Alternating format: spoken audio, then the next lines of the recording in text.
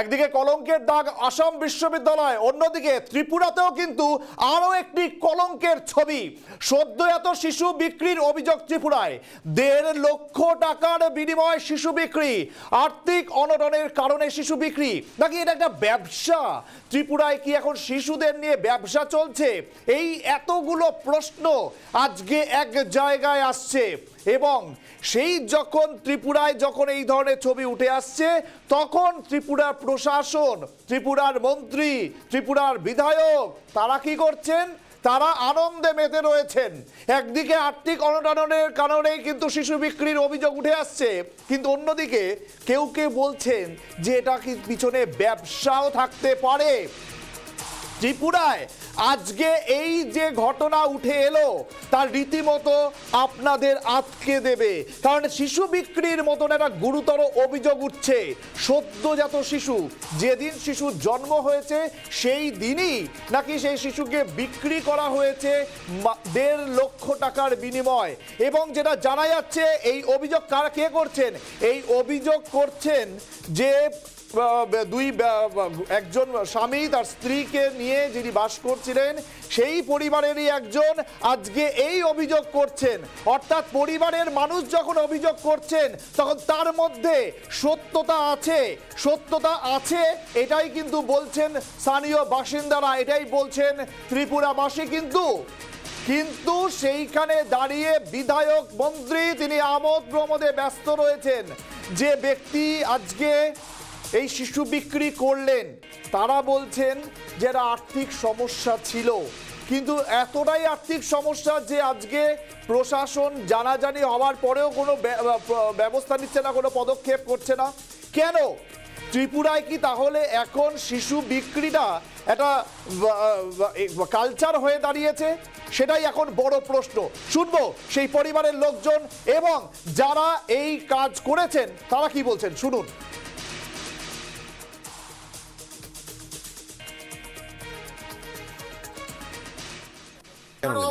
আমি ভাল থাকতাম না, আমি দুধের টিপ বানতাম না। আমার বেড়ার রোগ, আমার বেড়া টিভি রোগ। একটা দুধের টিপ বানতে গেলে অনেক হাজিরা লাগবো, না 1000 করবো 300 টাকা। ঘর খামু না চালানো। তারা আমি গাড়িতে লাগাল পাইছি। আমি তো ভাবছি তারা সন্তান লিয়ে বাড়িতে আইছে। তখন আমি বাড়িতে আইছি পরে আমার ছেলে ফোন করছে, বড় ছেলে ফোন করছে, ফোন করে করেছে মা বুদি বাচ্চা পিচ্ছে।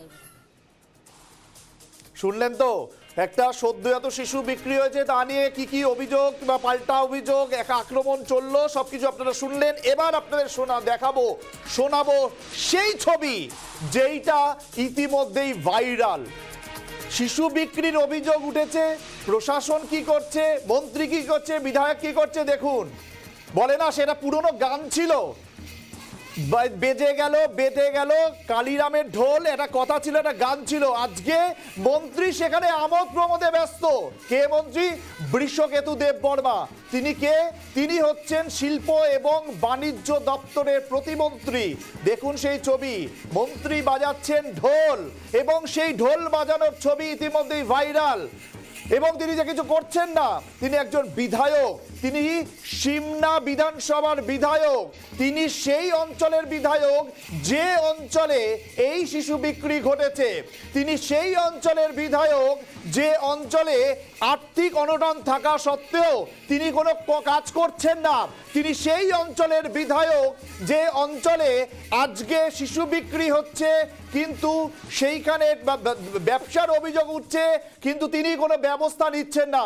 গোটা বিষয়টি নিয়ে ইতিমধ্যেই কিন্তু একটা চাপানুতর তৈরি হয়েছে। সরাসরি চলে যাব আমাদের প্রতিনিধি সুপ্রীতি মুখার্জির কাছে। সুপ্রীতি, তুমি দীর্ঘদিন কর্মসূত্রে কাটিয়েছো ত্রিপুরায়, দেখেছো বিভিন্ন ছবি, বিভিন্ন সময় বিভিন্ন খবরের আপডেট তুমি তুলে ধরেছো। আজকের যে ছবি যেটা ভাইরাল হয়েছে, এই সদ্যজাত শিশু বিক্রির অভিযোগ উঠল ত্রিপুরায়, এবং সেখানে মন্ত্রীকে দেখা গেল ঢোল বাজাতে। কি ঘটনা ঘটছে সেখানে? ত্রিপুরা বারবার খবরের শিরোনামে কেন? একদমই তাই। দেখো সুমন্ত, আমরা প্রতিটা দিন এই 6টার সুনামিতে ত্রিপুরা নিয়ে কেন কথা বলি, আজকে সেই প্রশ্নের উত্তরই দেব আমি। কারণ এই ত্রিপুরা কিন্তু প্রতিটা দিন উঠে আসছে হাইলাইট হয়ে। কারণ ত্রিপুরা থেকে ধরা পড়ছে একের পর এক অনিয়ম, একটা নয়, দুটো নয়, একাধিক ত্রিপুরা থেকে। আজকে তুমি যে ছবি দেখাচ্ছ দর্শকদের সামনে তা হচ্ছে বাচ্চা বিক্রির মতন একেবারে বিস্ফোরক বা গুরুতর অভিযোগ ত্রিপুরা থেকে উঠে এসেছে। এবং সেটা কোথায়? না, সেটা হচ্ছে সিমনা বিধানসভা। দেখো, এই সিমনা বিধানসভা কিন্তু ত্রিপুরার ক্ষেত্রে একেবারে 1 নম্বর বিধানসভা, কিন্তু এই 1 নম্বর বিধানসভার বর্তমানে চালচিত্র একেবারে শূন্য। কারণ কি, আজকের দিনে দাঁড়িয়ে 2025 সালে ত্রিপুরা থেকে বাচ্চা বিক্রির মতো ন্যাক্কারজনক অভিযোগ উঠে আসছে। তুমি ভাবতে পারছো? মুখ্যমন্ত্রী তিনি হচ্ছেন ডাক্তার বাবু, তিনি ডাক্তার মানিক সাহা। তার রাজ্যের দশা একবার দেখো তুমি, যেখানে শিশু বিক্রি করা হচ্ছে অর্থের বিনিময়ে। এবং যে পরিবার এই শিশু বিক্রি করেছে, যে দম্পতি, সেই দম্পতি প্রথমে যদিও এই পুরো বিষয়টিকে অস্বীকার করতে চাইলেও পরবর্তীতে কিন্তু তারা পুরো ঘটনাকে স্বীকার করে নিয়েছেন যে অর্থের বিনিময়ে তারা শিশু বিক্রি করতে বাধ্য হয়েছেন। দেখো, এখানে এবার যে প্রশ্নটা উঠে আসছে তা হচ্ছে যে বিধানসভার ছবি আজকে আমরা তুলে ধরেছি 1 নম্বর সিমনা বিধানসভা, সেই সিমনা বিধানসভাতে কে রয়েছেন? না, সেই সিমনা বিধানসভাতে রয়েছেন মন্ত্রী বৃষকেতু দেববর্মা। তিনি কিন্তু প্রতিমন্ত্রী, যিনি আবার আধা মন্ত্রী আমরা বলতে পারি, এবং তার হাতে রয়েছে শিল্প এবং বাণিজ্য দপ্তর। কিন্তু তিনি কি করছেন? আজকে আরো একটি ছবি উঠে এসেছে যে শিল্প বাণিজ্য দপ্তরের প্রতিমন্ত্রী বৃষকেতু দেববর্মা তিনি ব্যস্ত রয়েছেন আমোদ প্রমোদে। তার বিধানসভা, তার কনস্টিটিউয়েন্সি, সেখানে যা খুশি তাই হয়ে যাক, মানুষ না খেতে পেয়ে মারা যাক, সেখানে তিনি কিন্তু ব্যস্ত রয়েছেন নিজের আমোদ প্রমোদে। সেখানে তিনি ঢোল বাজাচ্ছেন, ঢাক বাজাচ্ছেন, সেখানে তিনি পুজো আনন্দ উল্লাসে তিনি মেতে রয়েছেন। তার দেখার কোনো ভ্রুক্ষেপই নেই যে তার বিধানসভা এলাকাতে এগুলো কি ছবি ধরা পড়েছে। শুধু তাই নয়, দেখো, ত্রিপুরা থেকে যে একের পর এক ছবি আমরা তুলে ধরেছি সেগুলো কিন্তু প্রত্যেকটা জনগণের অভিযোগের ভিত্তিতে। তার মানে তুমি ভাবো যে ত্রিপুরার এই মুহূর্তে অর্থনৈতিক পরিস্থিতি ঠিক কেমন জায়গায় রয়েছে, যে সেখানে একটা দম্পতিকে পরিবার প্রতিপালন করতে গেলে বাচ্চা বিক্রি করতে হচ্ছে। যদিও আরো একটা অভিযোগ তোমাকে তুলে ধরবো, যে এই যে ছবি আজকে আমরা পেয়েছি সিমনা বিধানসভা থেকে, তা কিন্তু আজকের ঘটনা নয়, সেটা হচ্ছে গত 30 এপ্রিলের ঘটনা। এবং এই যে দম্পতি প্রসেনজিৎ দাস এবং লক্ষ্মী রানী দাস, তারা যে অভিযোগ তুলেছেন, পরবর্তীতে তাদের শাশুড়ির অভিযোগ, তা শুনলে কিন্তু তোমার চোখ কপালে উঠতে বাধ্য। সুমন্ত, তার শাশুড়ি কি দাবি করছে? যে এই পুরো ঘটনার সাথে হাসপাতালেরই একাংশ জড়িত। হাসপাতাল থেকেই নাকি অর্থের বিনিময়ে শিশুকে বিক্রি করে দেওয়া হয়েছে। এবং তুমি যেটা বলছিলে যে 1.5 লক্ষ টাকা, যে অ্যামাউন্ট তুমি বলছিলে, একেবারে তাই।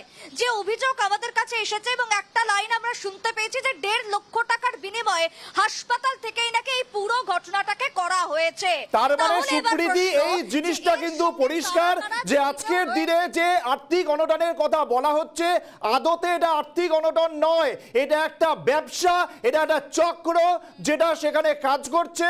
কিন্তু ওইদিকে সারা রাজ্যের ছবিটা যেভাবে উন্নয়নের কথা বলা হচ্ছে, ঢাকঢোল পিটিয়ে বারবার করে বলা হচ্ছে আমরা এই কাজ করেছি, আমরা ওই কাজ করেছি, আদতে কিছু করা হচ্ছে না।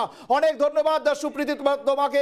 আপাতত আমরা যে কথা বলছিলাম সুপ্রীতি মুখার্জির সঙ্গে, এবং যে ছবি আজকে উঠে আসছে সিমনা বিধানসভা থেকে, আজকে ডাক্তার বাবুর রাজ্যে কি হচ্ছে? ডাক্তার বাবুর রাজ্যে সন্তানের জন্য দুধ কেনার পয়সা নেই, তাই 1.5 লক্ষ টাকায় সন্তান বিক্রি চলছে, এবং এটা একটা যে ব্যবসা চক্র, সেই অভিযোগ উঠছে পরিবারের তরফেই।